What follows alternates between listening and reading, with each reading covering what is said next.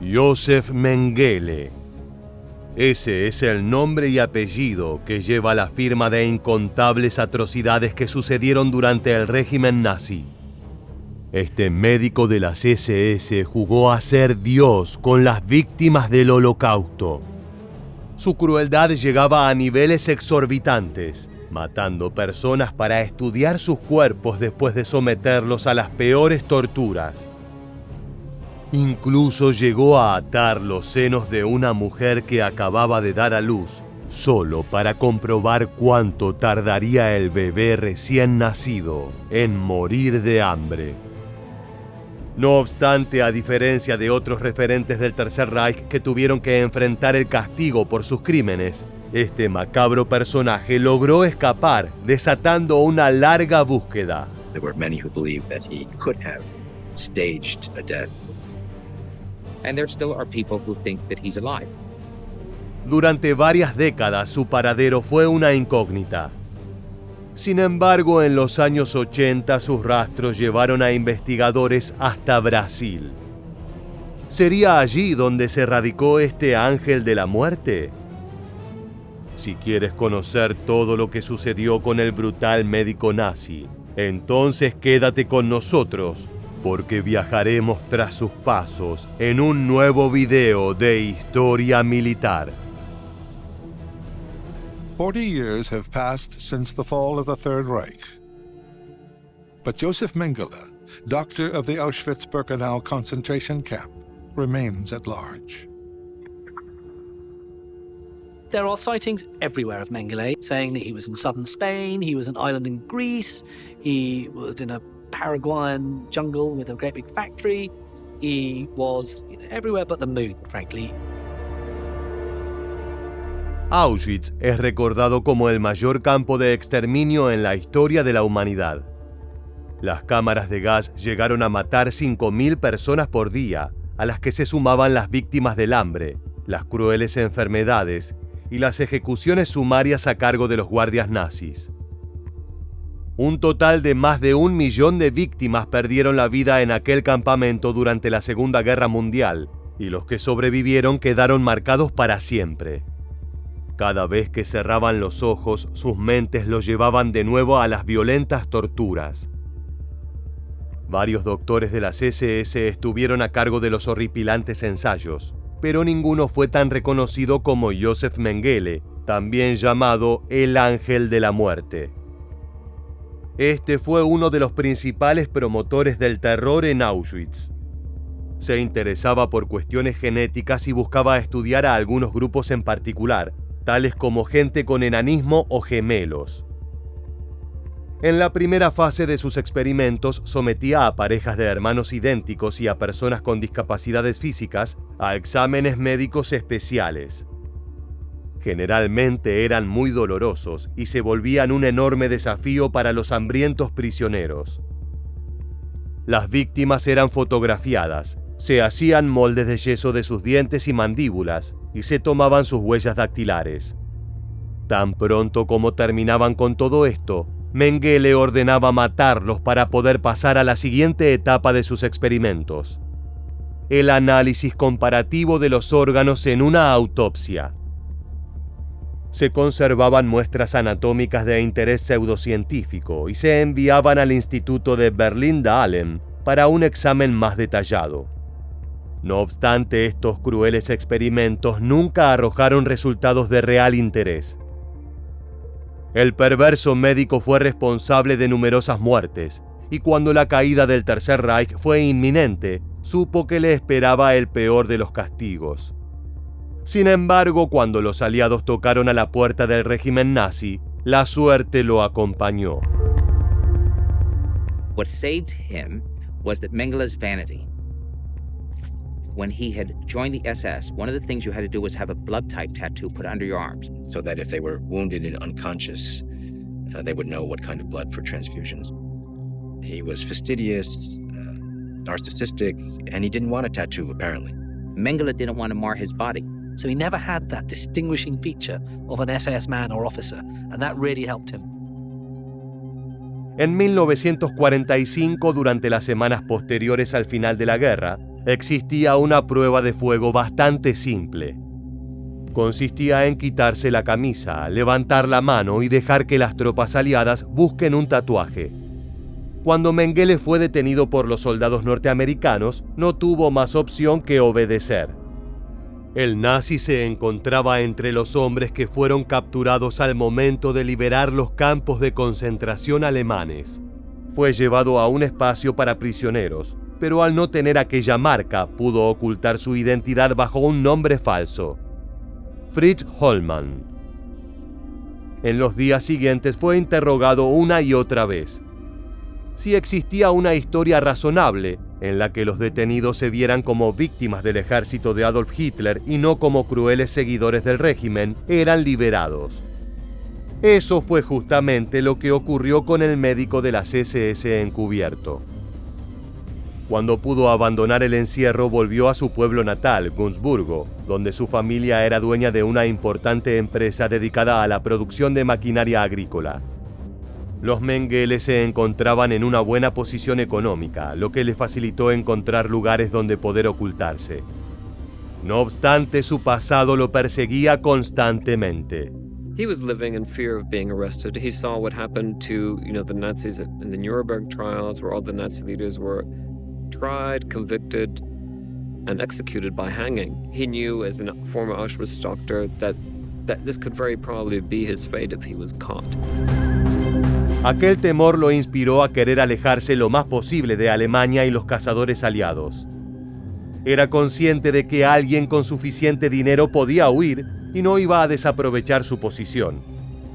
Pronto consiguió cruzar a Austria por medio de una red de viejos miembros de las SS que gestionaban pasaportes falsos. Desde allí volvió a traspasar las fronteras, esta vez hacia Italia.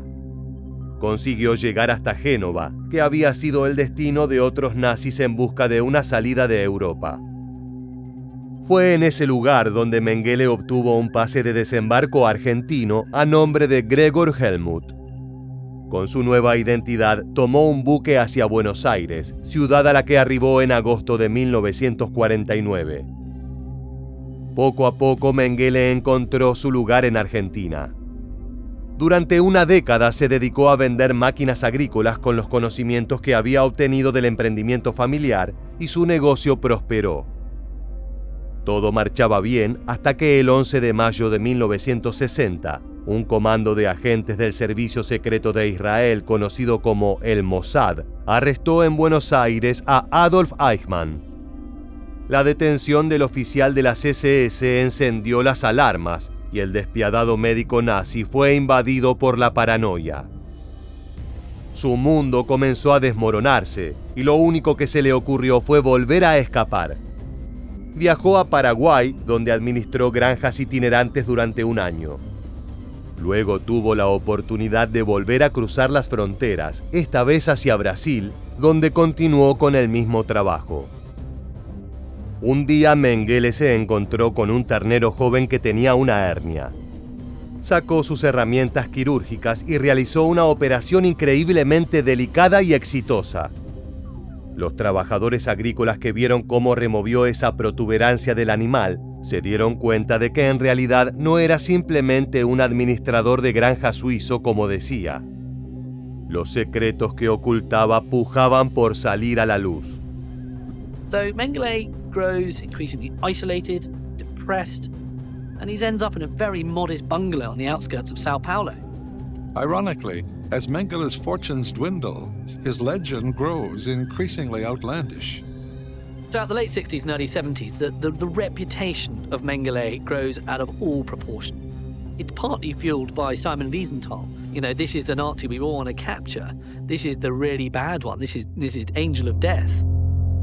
Simon Wiesenthal era un investigador judío que había estado encerrado en un campo de concentración durante la Segunda Guerra Mundial y más tarde se convirtió en un reconocido cazanazis. Él era una de las personas que encabezaba los grupos de búsqueda de Mengele. Sin embargo, estaba lejos de encontrarlo.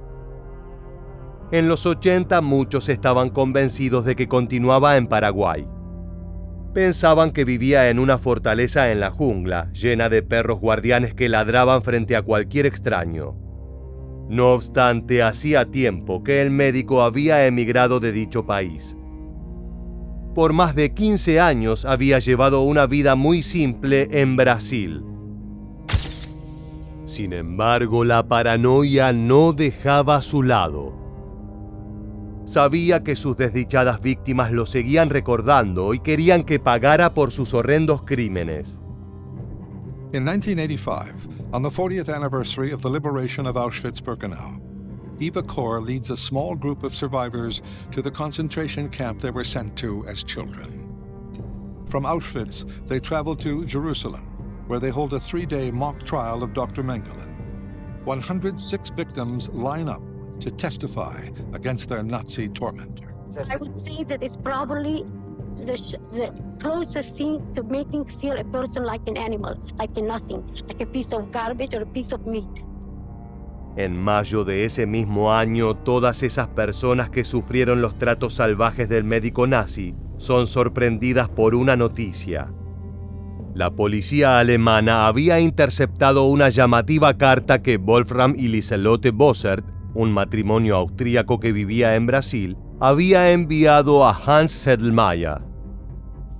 Este último era un antiguo empleado que había trabajado para la familia de Mengele, lo que generó una enorme curiosidad entre las autoridades por el contenido del mensaje. With deep sorrow, I tell you of the death of our common friend. That led the Germans to believe that Mengele had died in Brazil in 1979. Sedlmayr is arrested. A search of his address book links Mengele to a residence in Sao Paulo. Los alemanes se pusieron en contacto con el jefe de la Policía Federal en San Pablo, Romeu Tuma, quien rápidamente inició una investigación registrando la casa de los Bossert. La familia se mostró sorprendida por el allanamiento de las fuerzas de seguridad, que comenzaron a examinar la vivienda sin éxito. No había nada que indicara una conexión entre el matrimonio y Mengele.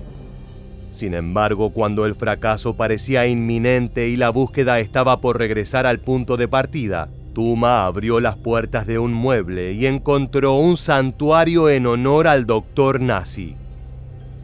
The family admit to sheltering Mengele during the last 4 years of his life. But then they said where he was dead and then where they had buried him. Mengele is buried just outside on the outskirts of a common cemetery where paupers are generally buried. Aún incrédulos respecto del verdadero final de Mengele, las autoridades comenzaron a indagar sobre la supuesta muerte del nazi. Había ocurrido el 7 de enero de 1979 en el pequeño pueblo costero de Bertioga, San Pablo. Era un día como cualquier otro y los Bossert habían logrado convencer al médico alemán de acompañarlos a la playa. De pronto los habitantes del lugar se encontraron con una escena fuera de lo común. Un cuerpo yacía en la arena. Un hombre mayor había sido escupido por el mar y estaba rodeado de personas en silencio. Ninguno hizo demasiado esfuerzo por ayudarlo. Era evidente que ya estaba muerto. Sin embargo, un policía que acudió al sitio intentó una maniobra de reanimación. Probablemente sin esperanzas, solo como parte de su protocolo. Lo que el agente no sabía es que estaba luchando por mantener vivo a uno de los personajes más sádicos del siglo. And tried to resuscitate him. He'd had a stroke. And if you have a stroke while you're swimming, the combination isn't great. Dies in the water, either from drowning or from the stroke itself. Luego del hecho siguieron los pasos de rigor. El traslado del cadáver, el certificado de defunción, la identificación del cuerpo y el entierro. Para la acreditación de identidad, recurrieron a los documentos que acercaron los Bossert. Según transcribió el médico que analizó el cuerpo, la persona que estaba sin vida en la morgue del hospital tenía 54 años y se llamaba Wolfgang Gerhard. El nombre que Mengele había elegido para ocultarse no era casual. era el de un hombre que había conocido y que había muerto súbitamente. Eso le permitió quedarse con sus documentos y moverse sin dificultades. Sin embargo, el difunto no se correspondía con algunos de los datos. Parecía mucho más viejo. Y es que en realidad tenía 68 años. Tal vez debido al mal estado físico para la edad consignada, parecía natural que la muerte se hubiera originado por un ACV que le sobrevino mientras nadaba. En este punto, los Bossert debatieron la posibilidad de cremar el cuerpo, lo que hubiera significado nunca hallar rastros sobre el nazi. Pero al no conseguir que ningún familiar lo aprobara, decidieron llevar sus restos al cementerio en Budas Artes. Allí fue enterrado junto a la madre de Gerhard, manteniéndola coartada hasta el final. Luego de conocer toda esta historia, las autoridades se dirigieron al lugar para exhumar el cadáver. Even though Mengelé's bones had been dug up, a lot of people thought that Mengele was still alive. An international task force from Germany, Brazil, Israel, and America believe they have found Joseph Mengele. Forensic scientists must now prove the exhumed corpse really is the Nazi doctor. Para esta misión se reunió un equipo de patólogos, radiólogos y expertos dentales de primer nivel. Los especialistas forenses se propusieron comparar lo que sabían sobre los expedientes médicos de Mengele y la evidencia encontrada en los huesos. Una de las maneras de hacerlo fue utilizar el esqueleto para elaborar imágenes que coincidieran con registros fotográficos del nazi. Este fue el resultado, tan inquietante y perturbador como convincente para una gran parte de los profesionales abocados a la tarea. We spent a great deal of time examining the bones that were discovered in this grave, and I am absolutely confident that the bones were Joseph Mengele's. But for undeniable proof, they would have to wait for the advent of a new forensic technology. There was a lot of room for the doubters to think that actually maybe he's, still around. Maybe this is all a fix. And it did take genetic testing in the early 90s to fundamentally prove to people that these were indeed Mengele's bones. Las dudas se despejaron de manera absoluta cuando en 1992 se realizó un examen de ADN con muestras que extrajeron de su hijo Rolf Mengele. Se determinó que esos huesos eran del doctor nazi de Auschwitz. Ya no cabían dudas de que el ángel de la muerte había fallecido. La búsqueda de casi medio siglo se dio por finalizada. El cuerpo de Joseph Mengele, el de los experimentos macabros e inhumanos, no fue repatriado ni reclamado por su familia. Nadie quiso que enfermos y fanáticos acudiesen en peregrinación al lugar de su sepultura, ni que lo convirtiesen en un santuario de la perversidad y el mal. Su destino fue otro. El doctor Daniel Romero Muñoz, quien fue una de las personas que encabezó el equipo que realizó los estudios para determinar la identidad de los huesos, se enteró que no habían sido reclamados. De esa manera continuaban arrumbados en una caja en el archivo del Instituto de Medicina Legal de San Pablo. Por esa razón solicitó autorización para utilizarlos en sus clases universitarias y desde finales de los 90 se encuentran en su cátedra. Así el hombre que mató e hizo sufrir a miles de víctimas con sus experimentos sin sentido, finalmente hizo su contribución con las ciencias médicas y forenses. Una aterradora paradoja que nos deja la historia de Joseph Mengele. Ahora sí, luego de haber conocido el escape y la muerte de este atroz criminal nazi, ha llegado el momento de despedirnos. Muchas gracias por habernos acompañado hasta el final. Te esperamos para volver a encontrarnos en nuestro próximo video de Historia Militar.